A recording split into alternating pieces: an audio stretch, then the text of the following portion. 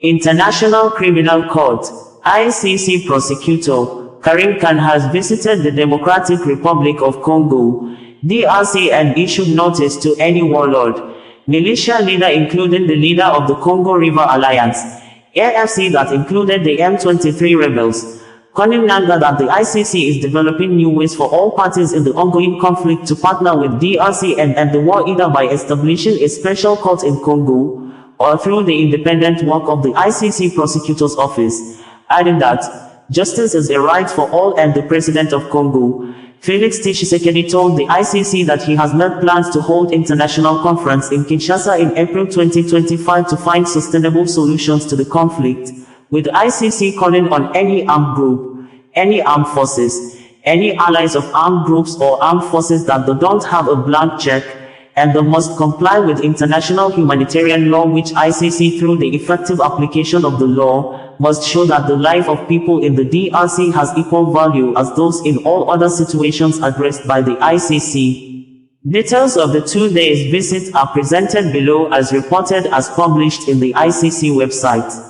Statement: the 27th of February 2025. ICC Prosecutor Karim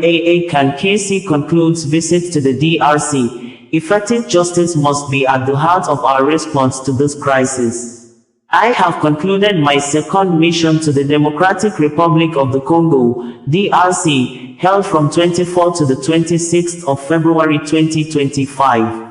This visit underlined my commitment to further intensify the work of my office in delivering justice and accountability in the DRC, particularly in the East. This is something we cannot do alone. It will be delivered together with the victims, civil society, affected communities, and national authorities of the DRC that I have met with in the last 2 days. Upon arrival, I recalled the reactivation of my officers' investigations in the DRC as announced in October 2024, and sent a clear message to those on the ground: any armed group, any armed forces, any allies of armed groups or armed forces don't have a blank check. They must comply with international humanitarian law. Through the effective application of the law, we must show that the lives of those in the DRC have equal value as those in all other situations addressed by the ICC. During my visit, I had the honor of meeting with His Excellency President Felix Tshisekedi Tshilombo. Our discussions were candid and focused on the urgent need to address the grave situation in the eastern DRC, where violence has escalated alarmingly. We reaffirmed our shared commitment to combating impunity and ensuring justice for victims of the most serious crimes. We agreed that to deliver lasting accountability, we must find a new way of doing things. In this spirit, the President reaffirmed his engagement to convene an international conference to be held in April in Kinshasa aimed at delivering a holistic, sustainable and comprehensive solution for justice in the DRC. Any warlord, any militia leader in any part of the DRC should be on notice that we are looking at new ways to forge a stronger partnership with the DRC. Whether it is the special court that is to be established here, or whether it is the independent work of my office, justice is a right for all. I was also pleased to again have the opportunity to engage with the prosecutor of the Cassation Court, the Auditor General of the Armed Forces of the Democratic Republic of the Congo, FARDC, and the First President of the High Military Court, my officers' judicial partners in the DRC, to further explore avenues for enhancing judicial cooperation and building stronger collaboration to reinforce the trust in the process in order to achieve an impact that will be felt by victims and populations afflicted by these serious ongoing crimes. The meeting with the President of the Constitutional Court and President of the Supreme Council of the Judiciary was another productive exchange focusing on the need for a robust national judicial process, in parallel with my officers' ongoing investigations to end the long-lasting cycle of violence and impunity in the DRC. My delegation and I met with a group of victims of sexual violence, whose testimonies underscored the urgent need for justice and reparations. In my meeting with Heine Sambo, Minister of Persons with Disabilities and Other Vulnerable Persons, we discussed the importance of addressing the rights and protections for persons with disabilities. I emphasized my office's commitment, in line with our corresponding policies published in December 2023, to seek accountability for gender-based crimes and crimes against and affecting children wherever they may arise. During my dialogue with representatives from various NGOs and CSOs, I reiterated my officers' support to their call for empowerment in fulfilling their mandate, including through the hosting of 2 thematic roundtables and the development and publication of guidance materials for non-governmental organizations. My mission to the DRC would not have been possible without the support of MONUSCO and the personal engagement of Aix Bintou Keita, Special Representative of the Secretary General in the DRC and head of MONUSCO, who once again, with her excellent team, provided to me a very insightful overview of the situation.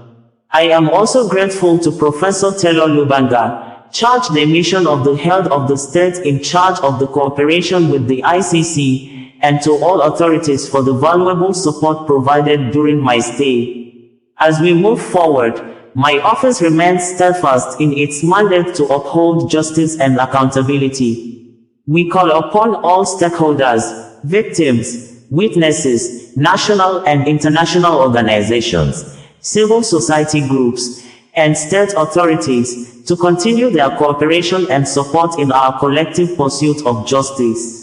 This mission has reaffirmed our collective determination to pursue justice for the victims of atrocities and to hold perpetrators accountable.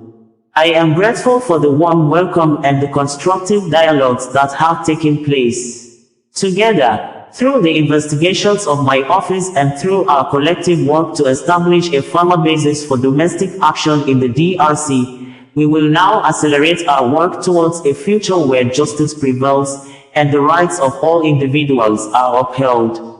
On February 27, 2025, we had reported that Corneille Nangaa, the leader of the Congo River Alliance, AFC, which includes the M23 rebels, has confirmed the death of 11 persons and 65 others sustaining injuries when multiple bombs were detonated in the Congo city of Bukavu when mammoth crowds of Congolese residents gathered at a rally organized by the rebel groups after they took over the town earlier in February 2025, with the Congolese president, Felix Tshisekedi, describing the bombings as a terrorist attack committed by a foreign army currently on Congolese soil.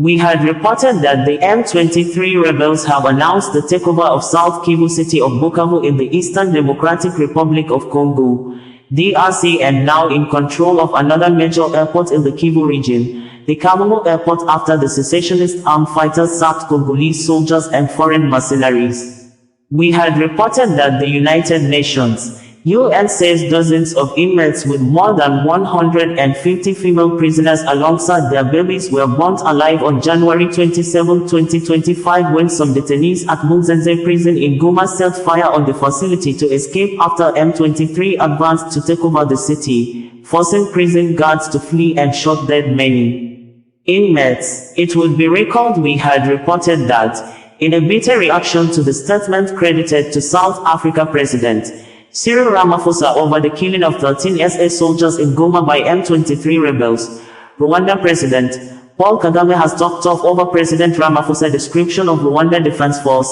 RDF, as a militia group working with M23 and the SA president's threat, racial, and commented on President Cyril Ramaphosa's social media post published, accused South Africa of being a party in the conflict in the Democratic Republic of Congo, who always launch offensive operations against M23 rebels, only trying to manipulate the public by thus falsely claiming to be a peacekeeper in a war the SA has joined hands to escalate. This, as hundreds of Romanian mercenaries contracted to fight against M23 rebels ceded or surrendered to M23 rebels in the presence of the rebels' spokesperson, Willy Ngoma, who was seen in videos warning and cautioning the Romanians never to come to Congo to fight against them before the Romanians were transported to Rwanda for further assistance to their country.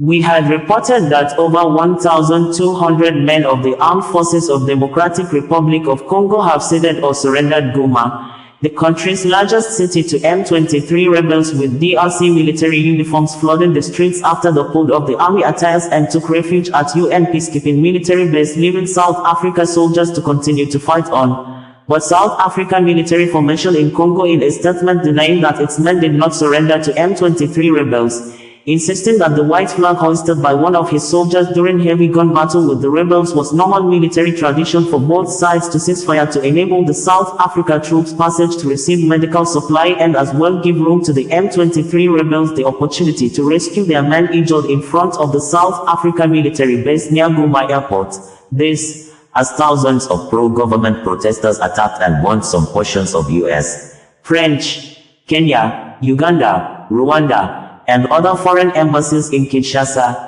We previously had reported that thousands of prisoners at Munzenze prison facility in Goma, the capital city of North Kivu province in the Democratic Republic of Congo, may have set themselves free after M23 rebels took control of Goma early morning hours, with videos posted online showing civilians flooding back to Goma and welcoming the M23 rebels in a rousing manner. Earlier same day, we also reported that one of the most troubled countries in Africa, Democratic Republic of Congo government begged civilian residents in the country to flood streets on Monday the 27th of January 2025 just as M23 rebels are now in control of Goma, after killing the Congolese military commander, over 9 South Africa soldiers, a total of 12 UN peacekeepers, forcing other Congolese soldiers to surrender their weapons before the 3 a.m. Monday 2025 deadline set.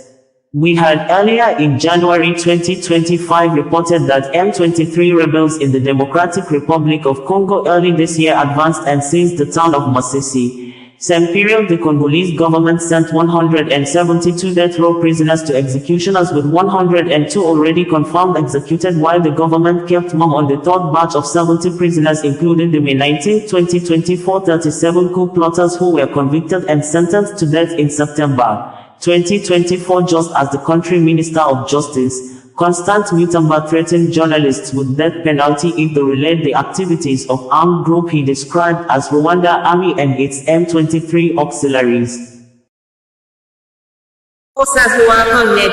Bringing you the news in a more digital way.